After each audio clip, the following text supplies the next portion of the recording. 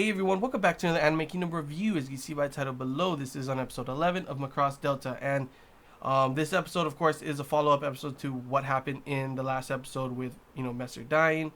And honestly, I'm happy with how they did it.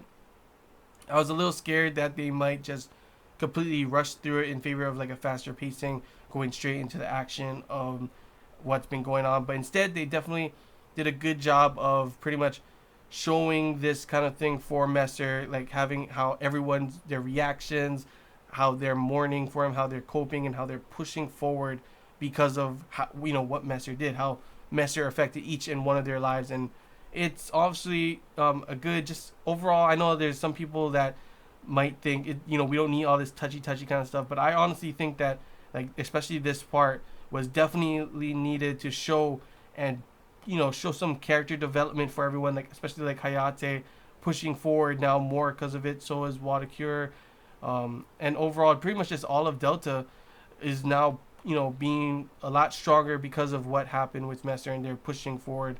And I cannot wait to see how that affects more in the future. But of course, this episode is pretty much split into two parts. One being how Messer's death affected everyone with you know um, Watercure and the rest of the Delta Squadron. But the other half was, of course, with Winterman. I'll start off with that first because overall, this is important, but I felt that the whole Messer thing was the big part of the episode until, of course, the very end with the Winterman and what are they doing.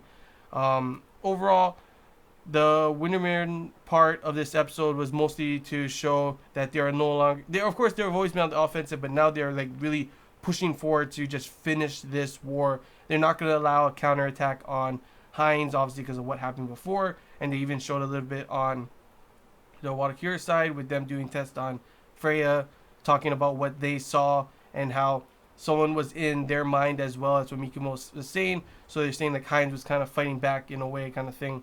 So they talk a little bit about that, and obviously the king is now saying that this is very important. So he is standing up and going to be leading his troops in that huge protoculture capital ship thing that they amassed and somehow was able to make. I still think the guy who was like is 60% ready now, so now we can use it. I'm still thinking he's part of some group that they're the ones who started and created that hole in Winderman using a dimensional weapon.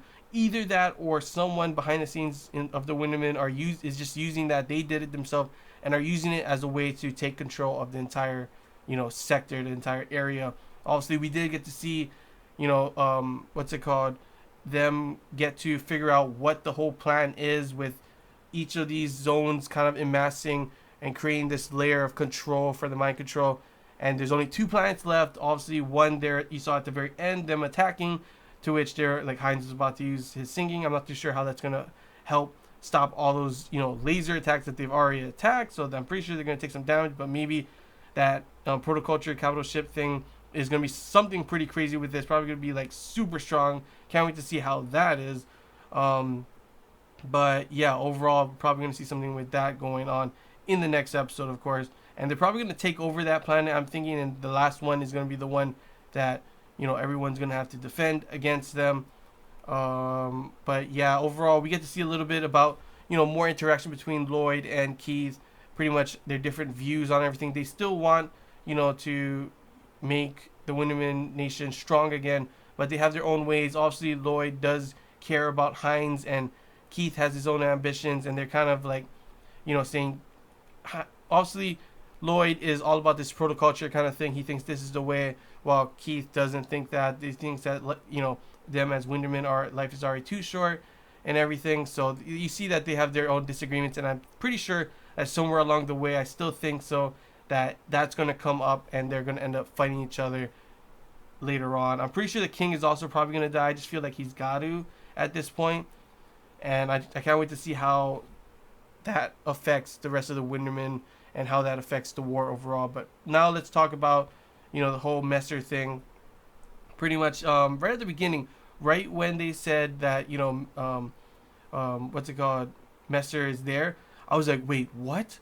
And of course, yeah, he was there, but he was in a casket. And like throughout this whole episode, honestly, I'm gonna have to say, I was trying to hold it. Like I was like my heart was just like, oh man, poor Messer. Like overall, I gotta say, I know some people may have not cared for Messer too much, and overall, at first, I did not care too much for him. But as we went on, even with not even having a ton of episodes focused on him, you could definitely see that he did care about everyone, including during at that campfire. They talked about how he had like, he watched everyone exactly for what they've done. He loved flying so much, kind of thing. That's what Freya said, and he cared about all of them just as much, and wanted to. He kind of pushed. They even said he kind of pushed them away from him, so that if he did lose control, they would be able to kill him, kind of thing. And you just see how much that affected everyone, and how much he honestly did care for them, but didn't want to hurt them, so he pushed them away, kind of thing. It was honestly really sad to hear that about Messer, and you definitely, like, I definitely felt sorry for him, and just like I knew he was gonna die. It was kind of like hopeful thinking, but like people said too, even if he didn't die, he would be pretty much out of it, and it just overall, I feel that his death is what was needed anyway to fuel and make everyone stronger. You saw all their reactions and how everyone kind of reacted differently. We even saw how Keith actually like directly attacked his heart. Like he shot at it, and from that you can see that there might be some rivalry slash grudge kind of thing that Hayate kind of fuels him, and probably going to see more of him versus the White Knight now. So him versus Keith, I can't wait to see that in the future. Probably going to see a lot more of that, and that'll be pretty crazy. But yeah, you can see how his death, Messer's death, has fueled Hayate. He's gonna be. He said that he'll, 37%. He'll take his percent, Messer's percent. They don't need a new person. Like everyone was thinking that, we would put in they would have a replacement or something. And I felt like, yeah, that's a possibility. But overall, I think this is better without them having a new replacement. And I think that now that Hayate said he's gonna, take his part, and he'll be, going stronger and everything. I can't wait to see more of him in action. And I know a lot of people have been wondering, like, when are we going to see more of, the dance? When are we going to see more of him not needing Freya every time to go strong? And I think now, because of this, it's going to push him, and we'll definitely see more from him, and I can't wait to see more of that. And probably see more from Delta Squadron overall, now that, you saw how everyone was affected by it. You saw how all of Watakura was affected by it, how they're pushing forward stronger now. And like, yeah, it's just overall, it was definitely a needed episode, and I definitely love seeing how all of them were affected, how all of them reacted, how at the very end they had this nice little campfire. The songs were nice as well. That one song during the campfire, they're drinking for it, to him, kind of in remembrance of him, and then sending him off. And right when they send him off, Mikumo comes, starts singing. All of Watakura starts singing as well. Hayate starts to say, like I said before, he's gonna take the rest of that 37 combat effectiveness that they needed, and he's going to take that, Messer's kind of, his, take over his spot for now. Not his spot, but, take over what they need at the moment. And that he at first he was scared. This is the big thing. At first he was scared of what happened to Messer's death, but now because of that, he's pushing forward stronger, and just like everyone else as well, they are pushing forward as well. Because you saw everyone was kind of feeling that they were at fault in their own way, but now they're no longer just being pulled down by it because of what happened to them. They're pushing forward. And at first I was, holding it in, but right when they started singing Blue Giraffes, and Kaname walked in and she started tearing up and singing, I honestly, I started tearing up. My heart was just like, oh, let the water gates out, started tearing up, and I was just, oh man, that right there, like, I was like, I could do this. I can go through the whole episode without tearing up.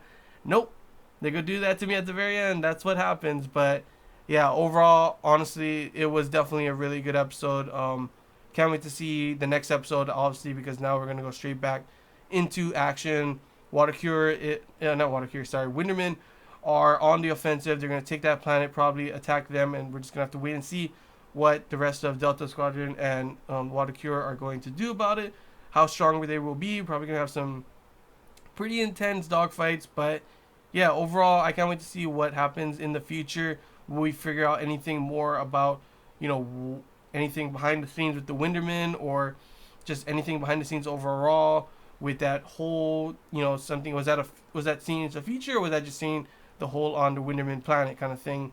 And just overall, I can't wait to see how this show progresses and moves forward from this big death. I know you guys been saying that usually in Macross series there is someone who dies, and that usually pushes forward a lot of things.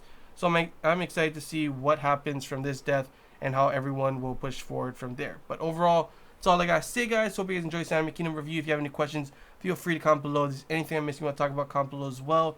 And yeah, I know this episode was, I mean, this review was more like not as excited and hyped as usual, but I mean, you can kind of get why with this episode wasn't that kind of episode. It wasn't a hyped up, action crazy episode. It was more of an emotional kind of feelsy train moment episode, and definitely like I was stuck on that feels train throughout the episode. And right when at the end, it just went off. And like I could not, like I was like, all aboard the feels train, choo choo, you know. But yeah, I can't wait to see what happens in the future.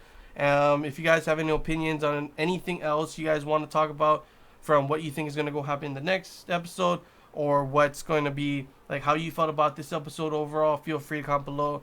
And yeah, until next time, guys. See ya.